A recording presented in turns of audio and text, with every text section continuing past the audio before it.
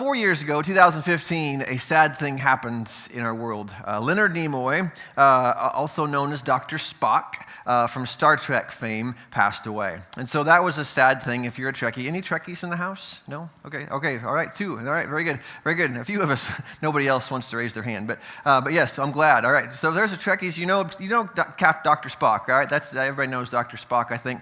Well, the good folks in Canada decided to allow their love for Dr. Spock to be known. And so they went and they collected all of, a group of them, not all of them, this wasn't a nationwide thing, but there's a group of Trekkies that wanted to get the word out that they appreciated Dr. Spock. And so they went and collected all of the $5 notes that they could in Canada. This is what a normal $5 note looks like, and that guy's name is Sir Wilfrid Laurier. I don't know. I don't speak French, so there's probably a French twist to that word. But anyway, that's Sir Wilfrid. And so they took Sir Wilfrid's picture and they doctored it up and they sent it around like this. This became the new. Everybody drew Dr. Spock on their $5 bills and. Everybody raise your hand, go live long and prosper. Everybody do that? Come on, you can do it. Come on, you can do it. Okay, live long and prosper, very good. All right, because that's the theme of the sermon today, so you might as well do it, okay? Because we're going to hear it a few more times. But that whole theme of live long and prosper was Dr. Spock's little logo. And so they used money to advertise something that was important to them. They let the world know through their money, through their $5 notes, that was an important thing to them. And that's exactly what we want to talk about in a strange story that Jesus tells us from Luke chapter 16. So if you have a Bible, I want to invite you to open to Luke chapter 16. It'll be on the screen here. Open your Bible app or whatever you have to do to get to that chapter because we want to talk about using money to state a point. And oftentimes when we talk about money, we can come at it from lots of different angles, but I appreciate in this strange story how Jesus wraps a bunch of biblical ideas about our stuff and about our money, and he kind of really does it in a way that isn't guilting you into doing anything, but just painting a much bigger reality for what could be. And in the same way that Trekkies can use a $5 bill to communicate I appreciated Leonard Nimoy, Dr. Spock, as Christian people, we ought to be able to look to the use of our money to say, you know what, I love Jesus, and I appreciate him, and I want the world to know about him through the ways that I will use the resources that are at my disposal. And so, in order to get to that, though, we have to read a strange story that Jesus tells, and it's perhaps one of those that you read it and you think, I don't know about that story. That seems that Jesus is commending something that I don't think I like and I don't appreciate, and nor would I find Jesus commending that very often. And so this is what it says in Luke chapter 16, beginning in verse 1. That Jesus told his disciples, there was a rich man whose manager was accused of wasting his possessions. Okay, so we already start off with a little scandal, right? Rich man hires a manager. The manager is not doing a good job with his possessions, all right? We got trouble in paradise, all right? So, verse 2, he called him in and he asked him, what is this I hear about you? Give an account of your management because you cannot be my manager anymore. In other words, you're going to be out the door here soon, so you need to get your financial stuff in order. I want a report of what's going on, of what you've been doing, and where I stand with my stuff. All right, so the manager said to himself, what shall I do now? My master is taking away my job. I'm not strong enough to dig, and I'm ashamed to beg. So I know what I'll do so that when I lose my job here, people will welcome me into their houses. And so he called in each of his master's debtors, all those who owed the master money, and asked him the first, how much do you owe my master? I owe him 900 gallons of olive oil, he replied. They wouldn't have done debts in currency as much as they would have in goods, and so the debt is in olive oil. So he owes him 900 gallons of olive oil, he replied. The manager told him, quick, take your bill, sit down quickly, and make it 450, all right? If your banker calls you tomorrow and say, hey, what do you owe on your house left? Cut it in half. You're excited, right? You're feeling you like your banker really well right now, okay? Popular person, all right? And then he asked in verse 7, he asked the second man, and how much do you owe? Well, I owe 1,000 bushels of wheat, he replied. Well, he told him, well, take your bill and make it 800. And then, here's verse 8. This is where the story, if you're listening to this story for the very first time, you're thinking, what a dirtball. He's still being a bad manager. I mean, this is why he's getting fired, because he's not being a good manager, right? But then the master commended the dishonest manager, for he had acted shrewdly. Let's just pause there, right? Because if you feel the tension of that, you should feel the tension of that, right? Because that's not what the story should say. Jesus told lots of stories where the bad guy is bound up and cast into eternal darkness, all right? It's kind of an extreme thing for some of the stories. But you would think that's a good place for that line. This is a good place for that line to fit, right? This guy's, not only was he getting fired for being a bad manager, and then he kind of goes and puts it to the master one more time, two more times. And instead of the master coming back with, and he bound that lazy, wicked slave in shackles and threw him into outer darkness, you get this, that the master commends the dishonest manager, because he had acted shrewdly. For the people of this world, and this is where Jesus transitions to make a point to us. For the people of this world are more shrewd in dealing with their own kind than are the people of light. I tell you, verse 9, to use worldly wealth to gain friends for yourselves, so that when it is gone, you will be welcomed into eternal dwellings. Whoever can be trusted with very little can also be trusted with much, and whoever is dishonest with very little will also be dishonest with much. So if you have not been trustworthy in handling worldly wealth, who will trust you with true riches? And if you have not been trustworthy with someone else's property, who will give you property of your own? No one can serve two masters. Either he will hate the one and love the other, or you will be devoted to the one and despise the other. You cannot, I emphasize the word cannot, you cannot serve both God and money. And then this is the tag that comes in as the story ends and we go back to the setting around there. The Pharisees, who loved money, heard all this and were sneering at Jesus. He said to them, "You are the ones who justify yourselves in the eyes of others, but God knows your hearts. What people value highly is detestable in God's sight." And so we read that story and you think, what do we do with that? So we're looking at all these stories in the book of Luke this summer that Jesus tells. And this is by far the one that every time I read it, I really have to struggle with, okay, what's he telling me here? Is he telling me that it's okay to be dishonest? Is he praising me when I'm an under the table kind of swindling kind of guy? Is that what Jesus is trying to encourage us to be? And I don't think he is. But Jesus tells a story about a dishonest manager to make a point about how we, as if we're a follower of Jesus, how we ought to be as engaged in the managing and the use and the purposes of our money than any worldly person is who's just going to find themselves in a difficult spot and they're going to get very creative to find their way out of it. And so, what do we do with this story? I think one of the things I want us to begin with here, I think it would be helpful if we were to, number one, just consider the contrasts that Jesus highlights.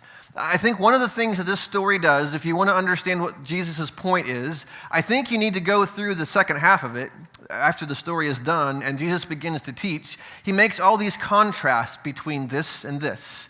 And in doing so, I think you begin to see where Jesus is coming from and what Jesus wants you and I to get out of this story.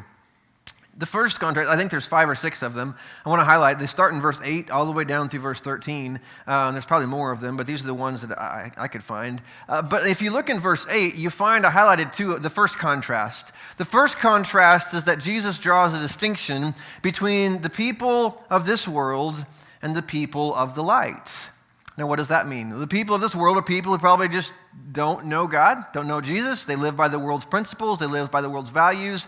The people of the light, who are people who the Bible oftentimes uses that metaphor of coming to know God as seeing the light, stepping into the light, walking in the light. And so that metaphor is between people who would claim to be followers of Christ and people who are not claiming to be followers of Jesus in their life. And so he draws that distinction. But there are these two groups of people that are at work in the world, and they both view money in a certain way, and how you see money is part of that. So we'll get to that in a moment. But that's the first distinction I want you to see, is the people of this world versus the people of the light. They are living underneath two different value systems in everything, but especially about our money, our wealth. The second one, verse 9, Jesus draws a distinction between worldly wealth and eternal dwellings. He seems to make a distinction between the stuff of this world and things that are eternal. And so that is not a new teaching. If you read the Bible, you know the Bible constantly talks about our stuff in terms of the stuff that will rust and moths will destroy and fades away, like Peter talks about in 1 Peter chapter 1, that there's most of the stuff that we have is going to fade away. Moths are going to eat it. It's going to rust. It's going to go away. And for sure, if you read the book of Ecclesiastes, when you die, you leave it all behind.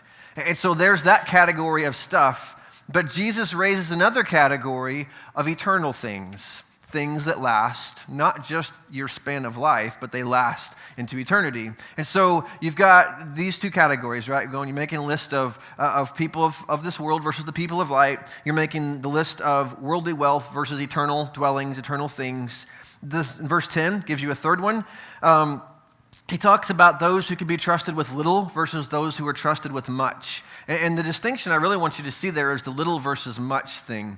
Oftentimes we live this world trying to accumulate much, right? One of our goals in life is to have the most toys when we die, right? That there's a pursuit, there's a desire. We are pushed in the direction of have a lot, right? That's an attractive option for most of us if we can achieve it. And so we're pushed in this world to have much. But as you read that verse, whoever can be trusted with very little, it seems as if Jesus is saying, you know what, if you go back before it, that worldly wealth versus eternal things, that I may have a lot of worldly wealth, but in Jesus' definition here, if you put your categories together, I really have little. But there's this category of more that Jesus wants to give to those that goes with that eternal stuff that he says if you're faithful with a little, if you're not faithful with a little, that it has a great connection to what God gives you that is real. It is much more, okay? So the little and more, a little and much analogy, I think is a contrast he makes. Go to verse 11. He kind of goes back to the second one when he talks about worldly wealth versus true riches. I think he expounds on that a little bit. So he makes the category of there's this worldly wealth, stuff that you and I deal with every day, versus true riches. And those are different things. Those are not the same things in Jesus' economy of seeing things. All right, so there's your list as you grow it. Verse 12 adds to this, if you have not been trustworthy with someone else's property versus property of your own, the Bible talks frequently from beginning to end that everything that you and I have, we are simply stewards of. And so this illustration of a manager put in charge of someone else's property certainly is a biblical principle, right? It is something that as Jesus talks about, what are you going to do with everything that you've been given in life? That am I going to assume it's mine? Or am I going to assume this is not mine, this is all someone else's, and I'm just the manager of it? And so that whole analogy of someone else's property versus property of your own. And then last but not least, in verses 13, there's the contrast between God and money. There's the contrast between there's God and then there is money. And those two things, that little word cannot is an important part of that. He says he doesn't say you shouldn't serve both God and money.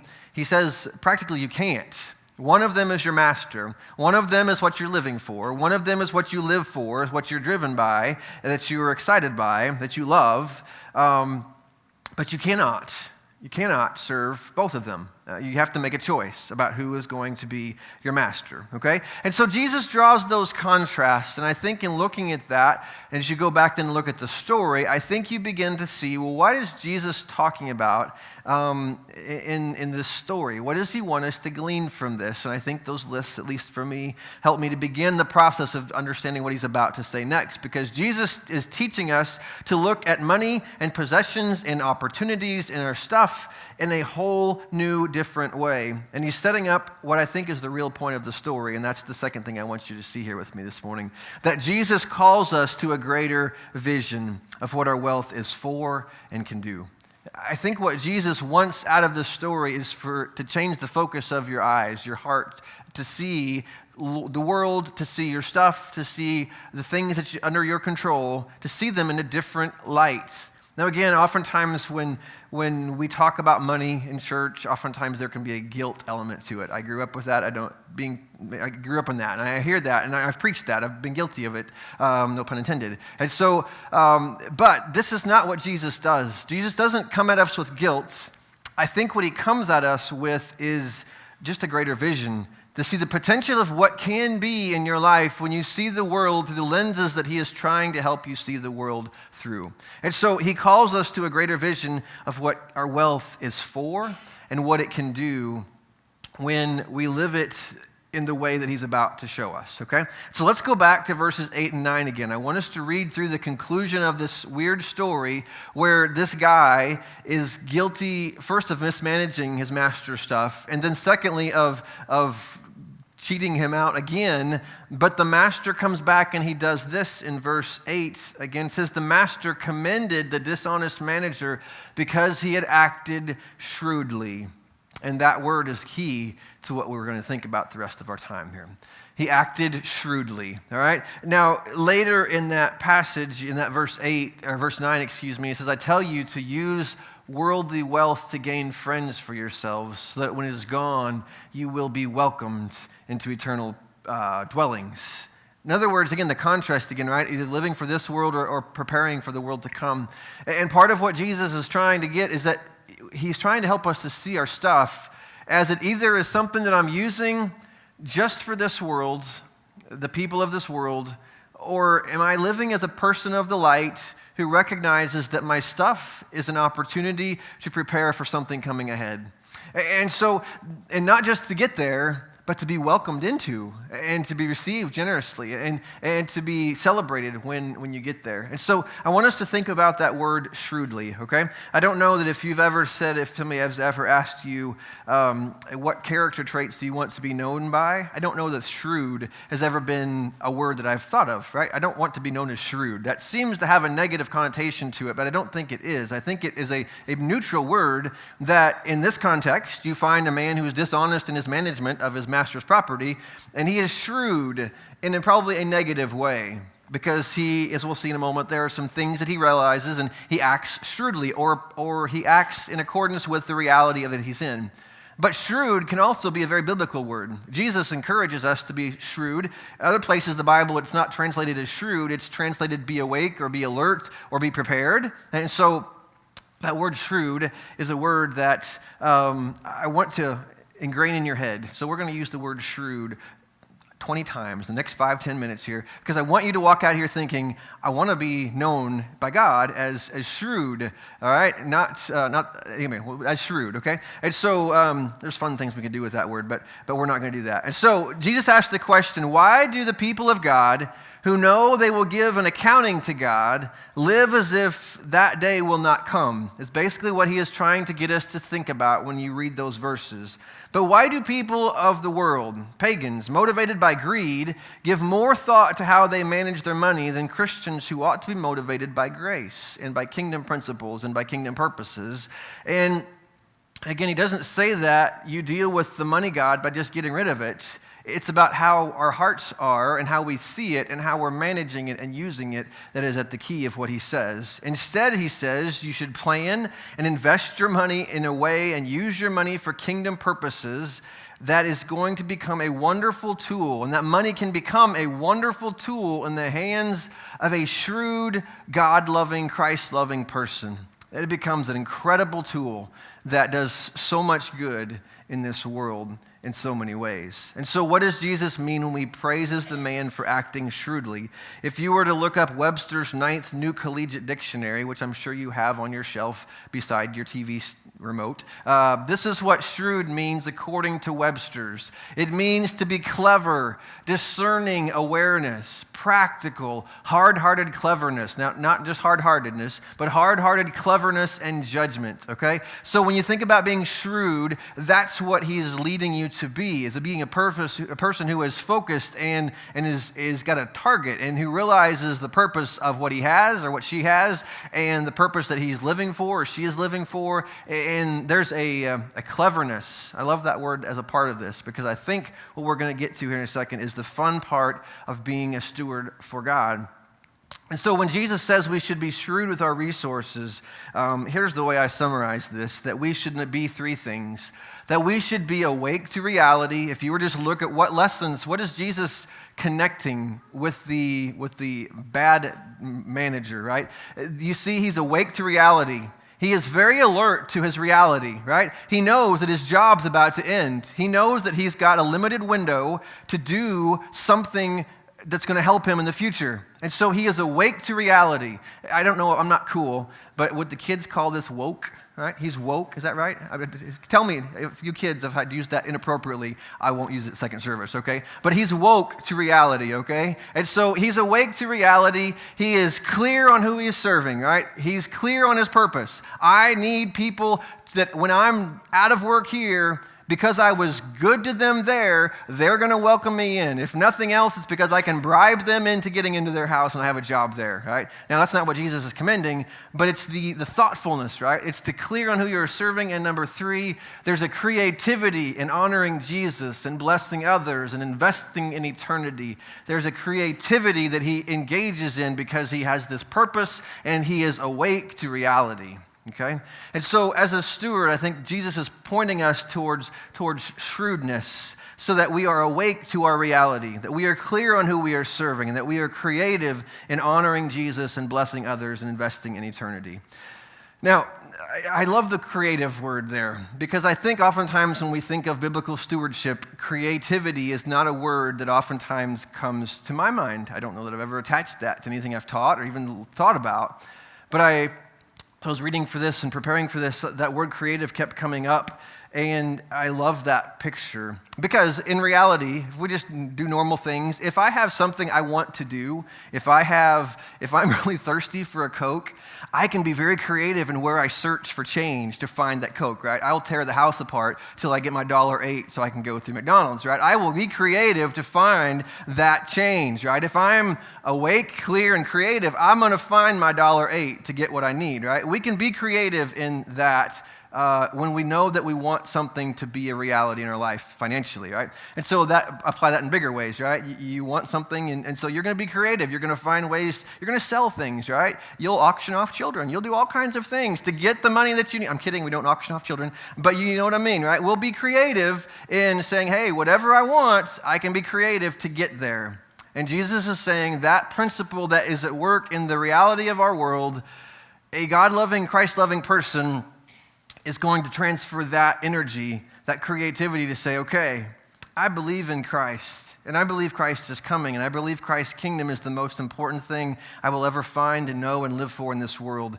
And I believe that every person needs the opportunity to hear him and to know him, and so I hear about him and to know him. And so that creativity and that clear thinking, clear vision, that awakeness to those realities, that ought to be a kingdom principle too. That we ought to be creative to be able to say, hey, I really want this to happen. And so how can I be creative to make that happen? What energies, what resources do I have at my disposal that are going to fund and to enable missionaries to do their thing and churches to do their things and my neighbors to come to know about Jesus and have an invitation to know about him. And so that whole idea of just being creative is key. Someone shared this, I saw it on my Facebook page this week that I think it fits this. This next picture, if you want to look at it. This is a bar of iron, and I don't know if the economic realities of this statement are correct. I have not checked iron prices or horseshoe prices this week, okay? But you get the principle as I read through this, right? A bar of iron costs $5, but made into horseshoes, it's worth $12. Made into needles, it's worth $3,500. And made into balance springs for watches, it's worth $300,000.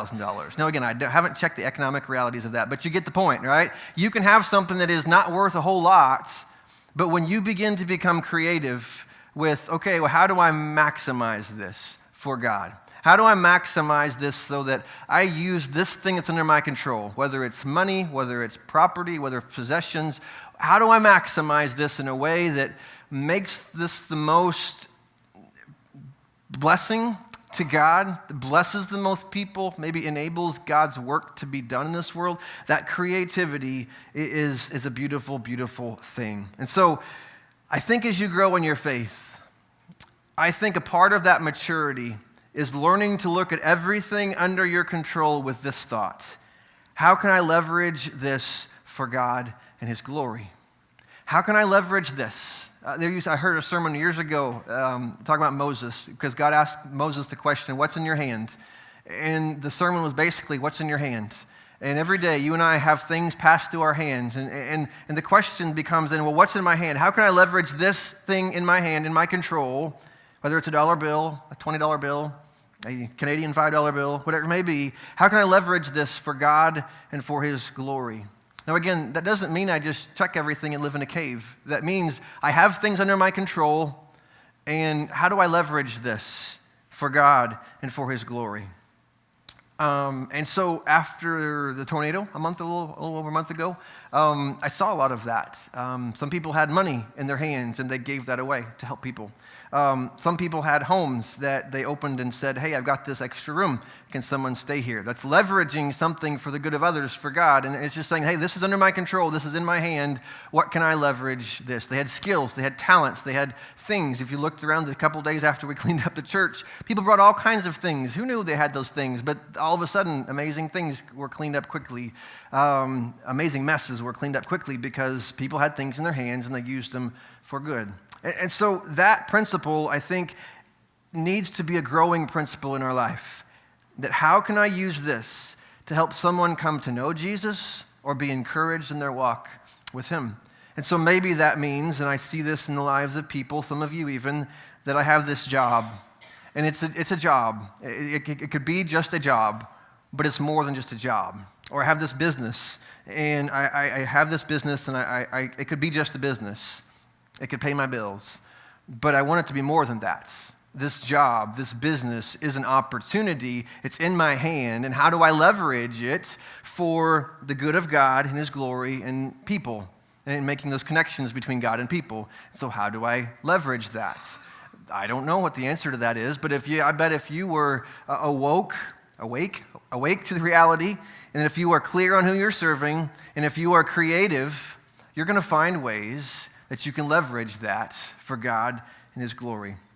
Some of you have cash, you have money, and there's stories that I hear sometimes of people doing kind things for other people anonymously, and they come into me and say, hey, do you know who did this? And it's like, I don't know who did it, but it's really cool that it happened, that they took what they had and they helped you because you got this need and they helped to meet a need, and that's a cool thing. That is leveraging something that you have that encourages people in a hard time to know that God is with them and that God loves them and that God's people care. Those are just little things along the way that people use as they are awake to those realities, that they are clear on who they are serving, and they are being creative with the things that are in their hands. And so you and I have an opportunity to do that, to be intentional. That when you are obsessed with a relational goal, and this is the key part of this, I think, because the difference as you look at those lists of things that that we made first, right? Those list of differences that Jesus makes. The world tends to look at people as a way to get more money. But as a Christ follower, I look at money as a way to gain more people, not in a negative way, but just to gain more people who are following Christ, who are following Him more committedly because we're helping them and we're serving them. There's just two different ways of looking at money. That it's either, hey, I'm using people to get more money for me, or I'm using money to gain more people and to help more people know Christ, follow Christ, be encouraged in Christ, to finish their walk in Christ. And so those are two very different things. And so, but if I'm creative, if I'm awake, if I'm alert to those kinds of things, that grows. And you begin to see the world through those lenses. Oh, this new thing is coming to my possession. Well, what can I do with this to give glory to God and help people to know Him more? And so you are not going to drift in that direction. You are not going to accidentally get there. It's going to happen when we are awake, and that when we are certain, this is who I'm serving. It's Christ, it's God, it's not me, it's not money, it's not my kingdom, it's His. And I'm intentionally creative, and I wrestle with it, and I pray about it, and I talk with people about it, and I say, what can I do with this to make God look good? And so my last thing is simply this. This isn't really a point we're going to talk about. Just this is the application.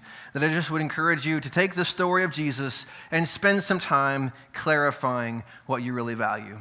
That I would just encourage you to spend some time clarifying what you really value.